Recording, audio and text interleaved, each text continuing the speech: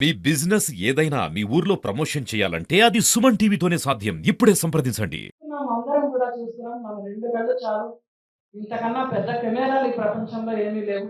ప్రతి చోట కూడా ఒక పక్కన క్రైమ్ పెరిగిపోతుంది. మనం కంట్రోల్ చేసే కొద్దీ ప్రతి విషయంలో కూడా అది బియాండ్ కంట్రోల్‌లోకి వెళ్ళిపోతుంది.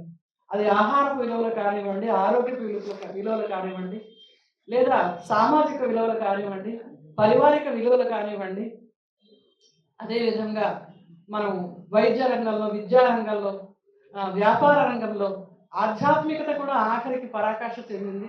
ఈరోజు అందరివి కూడా చాలా కాంట్రవర్సీస్ చాలా చాలా పెరిగిపోయాయి. ఇటువంటి పరిస్థితుల్లో మనం బయట చూసేటువంటి పరిస్థితి ఏమీ లేదు. లోపలికి చూసుకుంటే అన్నీ కూడా యథార్థమని మనకు అర్థమవుతుంది. ప్రపంచ యోగా దినోత్సవాన్ని మన గౌరవనీయులు మోడీ గారు జూన్ 21వ తారీఖున ప్రపంచ యోగా దినోత్సవంగా ప్రకటించి అందరికీ భారతదేశం యొక్క ప్రాచీన రాజ్యాంగాన్ని అందరికీ పరిచయం చేశారు.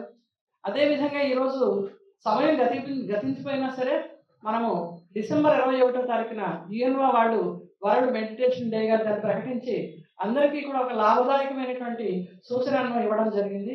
ధ్యానానికి సంబంధించిన విషయాలన్నీ కూడా ఈరోజు మేము కొన్ని క్లుప్తంగా ఫ్లెక్స్ మీద వేసి మీడియా వాళ్ళకి కూడా ఏది తెలియజేసినా మీడియా ద్వారానే ప్రపంచానికి తెలియాలి తప్ప వేరే విధానము ఫాస్టెస్ట్ కమ్యూనికేషన్ ఇదే కాబట్టి మీ ద్వారా ప్రపంచ మెడిటేషన్ డే గురించి కూడా అందరికీ తెలియజేయాలని నేను మీకు తెలియజేస్తున్నాను. దాంతోపాటు ముఖ్యంగా ఈరోజు కార్యక్రమం ఏంటంటే సమయము ఎక్కువగా లేదు కాబట్టి అందరూ చాలా బిజీగా ఉంటారు. మన కమిషనర్ గారు, పోలీస్ కమిషనర్ గారు ఫోన్లోనే మాట్లాడారు. అమ్మ నేను వస్తాను అంటే వాళ్ళు చెప్పారు ఈరోజు ఖాళీగా ఉందని మంగళవారం అంటే టెలికాన్ఫరెన్సెస్ జరుగుతాయి, మీడియా కాన్ఫరెన్స్ అయిపోయిన 11:30కి వస్తున్నారు. వాళ్ళు చెప్పిన మాటల ప్రకారం తప్పకుండా వచ్చారు. మన శ్రీబాబు గారు, పట్నాయక్ గారు చెప్పినట్లుగా ఇంతవరకు నేను చూసినటువంటి వ్యక్తుల్లో ఆయన ఒక అమూల్యమైనటువంటి మణి. సత్యత, ధైర్యత, ఒక ప్యూరిటీ, ఒక దయ, ఒక ప్రేమ అనేది మూర్తి గురించినటువంటి ఒక మానవతా మూర్తి అయినా నేను వారు వచ్చిన దగ్గర నుంచి కూడా కొన్ని కార్యక్రమాల్లో మేము చాలా చోట్ల పాల్గొని ఎన్నో చేశాము. అలాంటప్పుడు వాళ్ళ వ్యక్తిత్వం నేను చాలా చాలా చూశాను. వారు మా హృదయంలోనే కాదు ప్రతి ఒక్కరి యొక్క హృదయంలో ఉండేటువంటి ఆశీర్వాదాలు తీసుకునేటువంటి కర్తవ్యాన్ని ఆయన చేపడతారు. దానికి తార్కాణం ఇదే. ఈ చిన్న కార్యక్రమానికి కూడా వారు ఇచ్చేశారు కాబట్టి నేను వారికి ప్రత్యేక ధన్యవాదాలు తెలియజేస్తున్నాను. అలాగే గౌరవాతిథులైనటువంటి శ్రీ రాంబాబు గారు కూడా వైద్య నారాయణ హరి అన్నారు. వారిని ఇంత క్రితం కూడా నేను కలిశాను. నాకు కూడా ఆ రోజు ఏవో అనారోగ్యం వస్తే మా సిస్టర్స్కి ఉచితంగా నేను చేయిస్తానమ్మా అని చెప్పేసి ఆ రోజు స్లిప్ రాసిచ్చారైనా రాంబాబు గారు. ఇది రెండోసారి నేను అంత కలయిక. ఇది ఈ విషయాలన్నీ తెలియజేస్తూ ముఖ్యంగా ఇప్పుడు కొత్త సంవత్సరానికి ఏం ఆలోచించాలని అంటే నాగరాజ్ పట్నాయక్ గారు ఇందాకలు అన్నారు, దొరకదు అది. మన ఇన్నర్ హ్యాపీనెస్, మన ఇన్నర్ లోపల ఉన్నటువంటి సంతృప్తే నిజమైన సంతోషం. ఈ సంతోషం లేకపోతే అసలు మన లైఫే వేస్ట్. వస్తువులు, వ్యక్తులు, ధనము, పదార్థాలు లేదా పేరు ప్రతిష్టలు ఇవన్నీ మనకి సంతోషాన్ని ఇవ్వవు. అవన్నీ మనకి ఎండమావులు లాంటివి. అవి చూసుకుని మనకి సంతోషం గురించి ఎప్పుడు కూడా అంచనా వేయకూడదు. సంతృప్తి, పచ్చిమిరపకాయ గంజి అన్నం తినగా సంతృప్తిగా ఉంటూ మనం ఇతరులకి సేవ చేయడంలో ఉన్న పరమానందం ఇంకొకటి లేదు. అందుకే భగవంతుడు కూడా అందరినీ కూడా సంతోషంగా ఉండండి, సంతుష్టంగా చేయండి అంటున్నారు. ఈరోజు ధనం ఉంటుంది, పరిస్థితులు వస్తాయి పోతాయి. మొన్నటిదాకా కాలు మబ్బులు వచ్చాయి, వర్షం కురిసింది, మళ్ళీ పెళ్ళి మన ఎండ వచ్చింది, మళ్ళా మబ్బులు వస్తాయి. ఇవన్నీ మనం మానవులుగా వీటిని ఫేస్ చేయాలి. అయినప్పటికీ కూడా జర్నలిస్టులకి ఉండేటువంటి సాధక బాధకాలు ఆయన చక్కగా వివరించారు. అవన్నీ సహృదయంతో పెద్దవారు ఎవరెవరు ఆ బాధ్యతలు ఉన్నారో వాళ్ళు తప్పకుండా స్వీకరిస్తారు. మేము కూడా అర్థం చేసుకుని మీతోటి మేము ఉన్నామని చెప్పేసి మీతోటి మేము కూడా ప్రయాణం చేస్తాం కాబట్టి మీ యొక్క సమస్యల్లో సమాధానంగా మేము కూడా ఉంటామని తెలియజేస్తున్నానండి. 2025కి అందరికీ కూడా సందేశం ఏంటంటే సంతృప్తికరమైన జీవితాన్ని జీవించడానికి ఏం కావాలంటే సంతోషం కావాలి. సంతోషం అనేది బయట లేదండి, లోపలే ఉంది.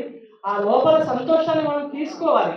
పోగొట్టుకున్నటువంటి పరిచిపోయినటువంటి అతి వాల్యుబుల్ వస్తువు మన లోపల ఉంది, ఆ ఇన్నర్ హ్యాపీనెస్. దాన్ని తీసుకురావడమే ధ్యానం లేదా మెడిటేషన్.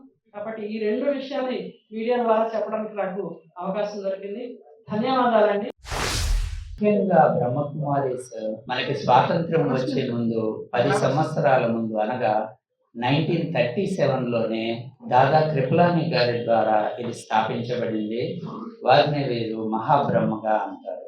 సో దీని యొక్క ముఖ్య ఉద్దేశము రాజయోగ అనే ఒక పదాన్ని వాడి మన మెడిటేషన్ నాలెడ్జ్ని సామాజికంగా ఎలా అభివృద్ధి చెందించాలి, చిన్నతనం నుంచే చిన్నపిల్లల లోపల వారి యొక్క క్యారెక్టర్ని ఎలా మార్చాలి అన్నదానికి ముఖ్యంగా వీరు తీసుకున్న 4 principles: soul awareness, supreme God, soul and virtual thinking and service and humanity. These are the 4 main principles of the Brahma Kumaris. So వీటిని ఆధారంగా చేసుకుని వారు ఎన్నో త్యాగాలు చేస్తూ, ఈవెన్ వారికి ఒక కుటుంబం లేకుండా, పరివారం లేకుండా కూడా వారు ముందుకెళ్తూ సమాజాన్ని ప్రభావితం చేయడానికి, సమాజం లోపల ఉన్నటువంటి రుగ్మతలను చెరిపివేయడానికి, తగ్గించడానికి ఎంతో ప్రయత్నం చేస్తున్నందుకు వారికి కృతజ్ఞతలు తెలియచేయాల్సిందిగా కోరుతున్నాను. ముఖ్యంగా వారు చేస్తున్నటువంటి ఆ కష్టము మనము చెప్పుకోలేనటువంటిది. ఎందుకనంటే వారికి ఒక మనలాగా కుటుంబం ఉండకపోవచ్చు, లేదా మ్యారేజెస్ కూడా దాదాపుగా ఉండకపోవచ్చు. సో ఈ రకంగా ఉన్నా సరే వారు మొత్తం వారి జీవితాన్ని మొత్తం త్యాగమయం చేసేసి నెక్స్ట్ వచ్చే జనరేషన్ని మార్చడానికి వారికి ఉన్నటువంటి ఎంత అవకాశం ఉంటే అంతలోపల ఆధ్యాత్మికత కావచ్చు, లేదా మంచి మాటలు చెప్పడం ద్వారా కావచ్చు, లేదా ప్రజల్లో ఉన్నటువంటి చెడు బుద్ధులు పారద్రోలడానికి వీలైనంత వరకు సహకారం అందిస్తూ ముందుకెళ్తున్నటువంటి వీరు చేస్తున్నటువంటి ఈ మీటింగ్కి నన్ను ఆహ్వానించినందుకు కృతజ్ఞతలు తెలియజేస్తాను. క్యాలెండర్ ఆవిష్కరణ సందర్భంగా నన్ను పిలవడం నాకు చాలా ఆనందం ఇచ్చింది. నేను చాలా సంతోషం పడ్డాను. నేను ప్రజాపతి బ్రహ్మకుమారి తరపున ఏ ఫంక్షన్, ఏ ప్రోగ్రాం ఏర్పాటు చేసినా ఎప్పుడు రమ్మని చెప్తే అప్పుడే వస్తాము. ఎందుకంటే ప్రజాపిత బ్రహ్మకుమారి చేస్తున్న సేవా కార్యక్రమాలు మన రాష్ట్రంలో, మన నగరంలో, మన దేశంలో, మన ప్రపంచంలో అది అందరూ మన కళ్ళ ముందర జరుగుతున్నాయి, మనం చూస్తున్నాం. ఎంతోమంది మనశ్శాంతి లేకుండా ఆత్మహత్య చేసుకుంటామని ఆలోచన ఉన్నా కూడా ప్రజాపిత బ్రహ్మకుమారి దగ్గరికి వెళ్తే ఆ ధ్యానం, ఆ ఆధ్యాత్మిక గురించి ఆ ఆలోచన, ఆ ఎన్వైరన్మెంట్ లోపలికి వెళ్ళిన తర్వాత మార్పు జరుగుతుంది, వాళ్ళకు మనశ్శాంతి కలుగుతుంది. ఎంతోమంది బతికారు నాకు తెలుసు. నేను ఫస్ట్ పోస్టింగ్ జమల్మడు నుండి ఈరోజు వరకు చాలా మందితో మాట్లాడాము. వాళ్ళే చెప్పారండి, మనశ్శాంతి లేకుండా నా కుటుంబంలో చాలా ప్రాబ్లం, ఆర్థిక ఇబ్బందులు గురయ్యి సూసైడ్ చేసుకుంటామని అనుకున్నాం. కానీ నాకు ఎవరో చెప్పారండి, నేను వెళ్ళానండి. ఆ ధ్యానం, ఆ మెడిటేషన్ వల్ల, ఆ రాజయోగ, ఆధ్యాత్మికత ఇవన్నీ నేర్చుకొని ఇప్పుడు నేను బాగానే ఉన్నాను, మనశ్శాంతి కలిగింది.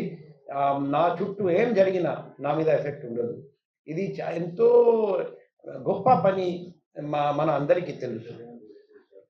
ఈరోజు 24 డిసెంబర్, రేపు క్రిస్మస్, మన ప్రభు యేసు పుట్టినరోజు. ఇది మన ప్రపంచంలో మనమందరం ఆ రోజు బాగా పండగగా సెలబ్రేట్ చేస్తాం. ఈ సందర్భంగా విశాఖ నగర ప్రజలందరికీ హ్యాపీ క్రిస్మస్, మేరీ క్రిస్మస్ తెలియజేస్తున్నాం. అదే మాదిరిగా ఇంకొక వారం ఈ సంవత్సరం ముగిసిపోతుంది, కొత్త సంవత్సరం 2025 రాబోతుంది. సందర్భంగా అడ్వాన్స్ హ్యాపీ న్యూ ఇయర్ అందరికీ, నూతన సంవత్సర శుభాకాంక్షలు అందరికీ తెలియజేస్తున్నాం. నూతన సంవత్సరంలో మనం ఏం చేద్దాం అది మనం ఆలోచించాలి. నా అభిప్రాయం 2 ఇష్యూస్. ఒకటి, పట్నాయక్ గారి ప్రసంగం నేను చాలా శ్రద్ధగా విన్నాము.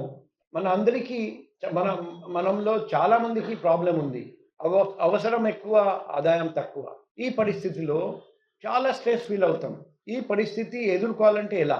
2 మార్గాలు, 2 చేయండి. ఒకటి, ఆదాయం పెంచడం. రెండోది, మనశ్శాంతి వచ్చేటట్టు ప్రజాపిత బ్రహ్మకుమారి నుండి ధ్యానం నేర్చుకొని, మెడిటేషన్ నేర్చుకొని రెగ్యులర్గా ధ్యానం చేయడం.